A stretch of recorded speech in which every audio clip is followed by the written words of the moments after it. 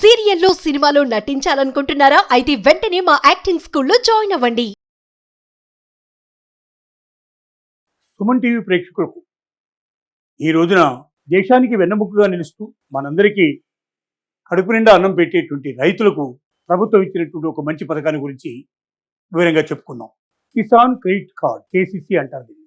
ఇది కొత్తగా పెట్టిన పథకం కాకపోయినప్పటికీ కొన్ని మార్పులు చేర్పులు దీంట్లో చేశారు. ఈ కిసాన్ క్రెడిట్ వల్ల రైతులు స్వల్పకాలికంగా ఎరువులకు కానీ, విత్తనాలకు కానీ, పురుగు మందులకు కానీ, లేక భూమిని సదును చేసుకోవడానికి కానీ, ఇతరత్ర ధాన్యం ఎక్కడి నుంచో తెచ్చుకోవడానికి మార్కెటింగ్ కానీ, వీటన్నిటికీ కావాల్సినటువంటి రుణాల్ని పొందడానికి గతంలో లోకల్గా ఉండే వడ్డీ వ్యాపారస్తుల మీద ఆధారపడేవాళ్ళు.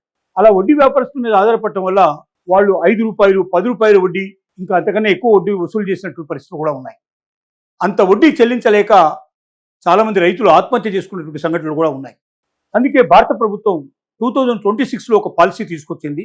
అది కిసాన్ క్రెడిట్ కార్డ్ని రుణ పరిమితి పెంచుకుంటూ పోదాం, తక్కువ గ్యారంటీల మీద ఎక్కువ డబ్బు రైతుకు అందేట్టు చేస్తే రైతు ఈ ప్రైవేటు వ్యక్తుల దగ్గర అధిక వడ్డీలకు తెచ్చే డబ్బుని తగ్గించుకొని లాభపడి ఆత్మహత్య నుంచి దూరంగా అవడం, ఇంకా ఎక్కువ రెట్టించిన ఉత్సాహంతో వ్యవసాయం చేయడం అనేది జరుగుతుందనే ఉద్దేశంతో ఈ అవకాశాన్ని కల్పించారు. ఏమిటి కిసాన్ కార్డ్? ఒక్కొక్కటి మనం వివరంగా తెలుసుకునే ప్రయత్నం చేద్దాం. రుణ పరిమితి మరియు వడ్డీ గురించి మనం చెప్పుకున్నట్టయితే దీంట్లో ₹5,00,000 దాకా మొత్తం రుణాన్ని తీసుకునే అవకాశం ఉంది. తక్కువ వడ్డీ రేటుతో మీకు పొందే అవకాశం ఉంటుంది. సహజంగా బ్యాంకు లోపల 16%, 20%, 24% వరకు కూడా వడ్డీ రేట్లు వసూలు చేసే అవకాశాలు ఉంటాయి. దీంట్లో మ్యాక్సిమం ఒక 10 నుంచి 12% లోపలే ఎక్కువ భాగంగా ఈ వడ్డీలు దొరికే అవకాశం ఉంది. 4% వీలైనంత వరకు దాంట్లో ఇంకా తగ్గించేందుకు కూడా ప్రయత్నం చేస్తుంది ప్రభుత్వం. అయితే దీంట్లో పూచికత్తు లేని, గ్యారంటీ లేని రుణం ఎంతవరకు వస్తుంది అవకాశం అంటే 2 లక్షల వరకు మనకు గ్యారంటీ లేని రుణం దొరుకుతుంది. అంటే దీనికి ఏ రకమైన గ్యారంటీ అక్కర్లేదు.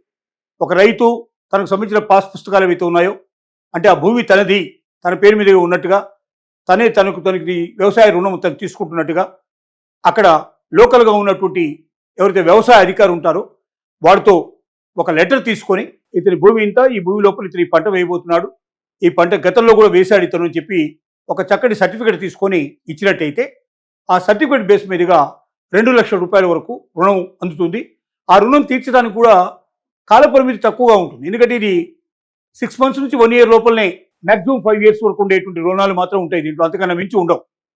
కాబట్టి ఆ రుణం లోపల ఏదైతే రుణ పరిమితి ఉందో, ఏ తేదీ నిర్ణయించిందో ఆ తేదీ ప్రకారంగా మొట్టమొదటి ఏదైతే దానికి అంగీకరించారో దాని ప్రకారంగా డబ్బులు చెల్లించాల్సిన అవసరం ఉంటుంది. తర్వాత దీంట్లో అర్హత ఏమిటి, ఎవరెవరు దీంట్లోకి వస్తారు, ఎవరెవరు తీసుకోవడానికి అవకాశం ఉంది దీంట్లో అంటే కౌలు రైతులు, భాగస్వామ్య రైతులు మరియు స్వయం సహాయక బృందాలు. అంటే రైతు స్వయంగా తన పేరు మీద ల్యాండ్ ఉన్నప్పటికీ, లేక కౌలు రైతులు కూడా చాలా రాష్ట్రాల లోపల కౌలు రైతులు గుర్తించారు. అంటే ల్యాండ్ ఒకరి పేరు మీద ఉంటుంది, ఒక రైతు పేరు మీద, ఇంకోటి దాన్ని కౌలుకు తీసుకొని 5 ఏళ్ళు, 10 ఏళ్ళు, 15 ఏళ్ళు, 25 ఏళ్ళకు తీసుకొని పంట పండించే పని అంతా కూడా ఈ కౌలు రైతులు చేస్తారు. అంటే కౌలు రైతులు యజమానులు కాదు వాస్తవం చెప్పాలంటే, కానీ ఆ పంటకు తను మొత్తం పండించి దాంట్లోపల యజమానికి ఎంతైతే ఇస్తానన్నారో అది ఇచ్చిన తర్వాత మిగిలిన డబ్బంతా కూడా రైతులు వాడుకునే అవకాశం ఉంటుంది. కాబట్టి కౌలు రైతులకు అవకాశం కల్పించారు.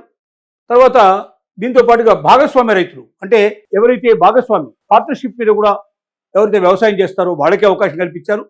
స్వయం సహాయక బృందాలు, చాలా చోట్ల మహిళలు స్వయంగా ఈ డ్వాక్రా సంఘాలు ఏవైతే ఉన్నాయో వాళ్ళు కూడా వ్యవసాయం చేసేటువంటి అవకాశాలు కల్పిస్తున్నాయి కాబట్టి వాళ్ళకు కూడా రుణం ఇస్తారు. ఇలాగా దీంట్లో రైతులు మరియు కౌలు రైతులు, భాగస్వామ్య రైతులు మరియు స్వయం సహాయక బృందాలకు ఈ డబ్బు అందుతుంది. దీంతో పాటుగా చెల్లుబాటు మరి పునరుద్ధరణ ఏమిటి పరిస్థితి అంటే మ్యాక్సిమం 5 సంవత్సరాల పాటు టైం ఇస్తారు. కొన్ని అయితే మరి షార్ట్ టైం 6 monthsకి 1 year కూడా ఇస్తారు. దాన్ని బట్టి ఏ టైం అయితే వాళ్ళు ఇచ్చారో బ్యాంకు వాళ్ళు ఆ లోపుగా మాత్రమే ఈ డబ్బును చెల్లించాలి. మ్యాక్సిమం అక్కడి నుంచి వాళ్ళకి ఇచ్చే అవకాశం ఏదైనా ఉంది అంటే 90 రోజుల పాటు మ్యాక్సిమం వాళ్ళకి అవకాశం కల్పిస్తారు. ఈ 90 రోజుల లోపల వాళ్ళు తిరిగి చెల్లించకపోయినట్టయితే చాలా కష్టమైపోతుంది. ఒకవేళ వాళ్ళ పరిస్థితులు బాగలేకపోతే, రైతులు చెప్పుకుంటే, చెప్పిన రీజన్స్ అన్ని కరెక్ట్గా ఉన్నాయంటే దీన్ని మళ్ళీ పునరుద్ధరించే అవకాశం ఉంటుంది. అంటే మళ్ళీ 1 year నుంచి 5 years వరకు ఎక్స్టెండ్ చేసే అవకాశం ఉంటుంది. అది అందరికీ సాధ్యం కాదు, కొద్దిమందికి మాత్రమే, రీజనబుల్గా వాళ్ళ కారణాలు ఉన్న వాళ్ళకి మాత్రమే చేస్తారు. అలా 90 రోజుల లోపల చెప్పిన టైంలో చెల్లించకపోతే ఎన్పిఏ అకౌంట్ కింద, నాన్ పర్ఫార్మెన్స్ అకౌంట్ కింద దీన్ని లెక్కేస్తారు. అంటే ఒక్కసారి ఎన్పిఏ అకౌంట్ పడింది అంటే జన్మలో వాళ్ళకి డబ్బులు ఇవ్వడం జరగదు. కాబట్టి రైతులు జాగ్రత్తగా డబ్బు తీసుకున్నప్పుడే ఆ పీరియడ్ లోపల చెల్లించగలరా లేదా, ఆ చెల్లించుకునే అవకాశాలు ఏమున్నాయో మొత్తం చెక్ చేసుకొని సంతృప్తికరమైన ఆన్సర్ ఉన్నప్పుడు మాత్రమే ఈ రుణం తీసుకున్నట్టయితే సకాలంలో చెల్లుబాటు అయినట్టయితే ఎంత కాలమైనా గవర్నమెంట్ చెల్లిస్తుంది, ఇంకా పెంచుకుంటూ పోతుంది. అట్లాగా రైతులు తమకు వచ్చే రుణ పరిమితిని పెంచుకొని తాము వడ్డీ వ్యాపారస్తుల మీద ఆధారపడకుండా జీవించేందుకు ఒక మంచి అవకాశంగా దీన్ని మనం భావించడానికి వీలుంది. దీనివల్ల ప్రయోజనాల గురించి మనం ఆలోచించినట్టయితే ఒక రైతు పంట చదును చేసుకోవడం, దానికి పనిముట్లు కావాల్సి ఉంటుంది, ట్రాక్టర్ లాంటివి రెంట్కు తీసుకోవాల్సిన పరిస్థితి ఏర్పడుతుంది. తర్వాత మందు కొట్టించడం, దానికి పురుగు మందులు చల్లించడానికి డ్రోన్ లాంటివి తీసుకోవాల్సిన అవసరం ఉంటుంది, లేక పని మనుషులు పెట్టుకొని మనుషులతో పని చేయించుకోవాల్సి ఉంటుంది, వీళ్ళందరికీ జీతాలు ఇవ్వాల్సిన పరిస్థితి ఏర్పడుతుంది. ఇలాంటివన్నీ స్వల్పకాలిక ప్రయోజనాలన్నింటినీ దృష్టిలో పెట్టుకొని రైతు ఖర్చులు అంటే ఒక పంట పండించడానికి అయ్యేటువంటి ఖర్చులన్నింటినీ దృష్టిలో పెట్టుకొని ఈ లోన్లు ఇస్తారు.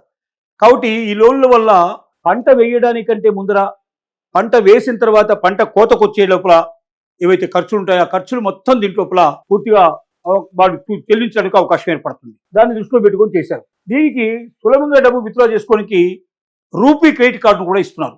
రిజర్వ్ బ్యాంక్ ఆఫ్ ఇండియా ఈ రూపీ క్రెడిట్ కార్డు ప్రవేశపెట్టింది. ఈ రూపీ క్రెడిట్ కార్డు వల్ల వాళ్ళు ఒక ఏటీఎం కార్డు లాగా వాళ్ళకి ఇచ్చినటువంటి పరిమితి లోపల ఎక్కడంటే అక్కడ వాళ్ళు డ్రా చేసుకోవచ్చు. అంటే ముందే డబ్బు పల్లెటూరులోంచి డబ్బులన్నీ కూడా వాళ్ళు వాళ్ళ జేబుల్లోనో లేకపోతే సంచుల్లోనో లేకపోతే ఇంకేదో పెట్టుకొని సిటీకి ప్రయాణం చేసి కొన్నిసార్లు దొంగతనం జరిగి కొన్నిసార్లు పోగొట్టుకొని చాలా బాధలు పడ్డ కార్యక్రమాలు ఉన్నాయి. ఈ అవకాశాలు ఏమీ లేకుండా, ఈ ఆలోచన లేకుండా ఒక రూపీ క్రెడిట్ కార్డు జేబులో పెట్టుకొని శుభ్రంగా వాళ్ళు సిటీకి వచ్చేసి ఎక్కడైతే దొరుకుతున్నాయో ఎరువులు కానీ, విత్తనాలు కానీ, పురుగు మందులు కానీ ఇలాంటివి, అలాగే ఎక్కడైతే ట్రాక్టర్లు బుక్ చేసుకోవాలో లేక ఇతర సాధనాలు బుక్ చేసుకోవాలో వాటికి కూడా రూపీ క్రెడిట్ కార్డు ద్వారా సులభంగా వాళ్ళ యొక్క పనులు పూర్తి చేసుకోవడం కూడా అవకాశం కల్పించడం జరిగింది. ఇలాగా ఎవరు అర్హులు దీంట్లోపల, ఎవరు మన అర్హులైంది ఇంతకుముందే మనం చెప్పుకున్నాం. ఈ అర్హులైన రైతులు వాణిజ్య బ్యాంకులు, సహకార బ్యాంకులు, ఆర్బీఐ నిర్దేశించినటువంటి ఇంకా కొన్ని ఎక్కడైతే ఉంటాయో వాళ్ళ ఆఫీసు లాంటివి ఉన్నాయో వీటన్నిటిలో ఎక్కడికైనా వెళ్ళి దీని దరఖాస్తులు తీసుకొని దాన్ని ఫిలప్ చేసి ఆ బ్యాంకుల ద్వారా కోఆపరేటివ్ బ్యాంక్స్ ఉంటాయి, గ్రామీణ బ్యాంకులు ఉన్నాయి, దాంతోపాటుగా రెగ్యులర్ బ్యాంక్స్ ఉన్నాయి. ఈ వాణిజ్య బ్యాంకుల్లో ఎక్కడైనా సరే వెళ్ళి ఈ యొక్క అప్లికేషన్ పెట్టినట్టయితే చాలా తొందరగా పూర్తి చేస్తారు. దీనికి నెలల తరబడి తిప్పరు. వారం నుంచి 15 రోజుల లోపల కూడా ఈ అప్లికేషన్ ప్రాసెస్ పూర్తయిపోయి వెంటనే లోన్ వచ్చేట్టుగా ఏర్పాటు చేస్తారు. కానీ జ్ఞాపకం ఉంచుకోవాల్సిందల్లా రైతులు ఏంటంటే, ఒక్కసారి మీకు బ్యాంకు చెప్పిన టైంలో మీరు డబ్బు చెల్లించకపోతే భవిష్యత్తులో మీకు రిమార్క్ పడుతుంది. ఎప్పటికీ మళ్ళీ మీకు లోన్ దొరికే అవకాశాలు ఉండవు. ఇది ఎప్పుడైతే మీరు ఇన్ టైంలో కట్టుకుంటూ పోతుంటారో అప్పటిదాకా మీకు ఈ రుణ పరిమితిని ప్రతి 6 నెలలకు ఒకసారి, ప్రతి సంవత్సరానికి ఒకసారి, 5 ఏళ్లకు ఒకసారి మీకు ఎలా కావాలంటే అలాగా షెడ్యూల్ తీసుకొని మీరు పంట వేయడానికి, పంట కోత వచ్చేదానికి ఎంతైతే ఖర్చు వస్తుందో ఆ ఖర్చంతా కూడా దీని ద్వారా మీరు చెల్లించుకునే అవకాశం ఉంటుంది. లోకల్ వడ్డీ వ్యాపారస్తుల మీద ఆధారపడకుండా మీ జీవితాల్ని మీరు సుసంపన్నం చేసుకోవడానికి ఒక మంచి అవకాశంగా రైతులు దీన్ని ఉపయోగించుకుంటారని మనం ఆశిద్దాం.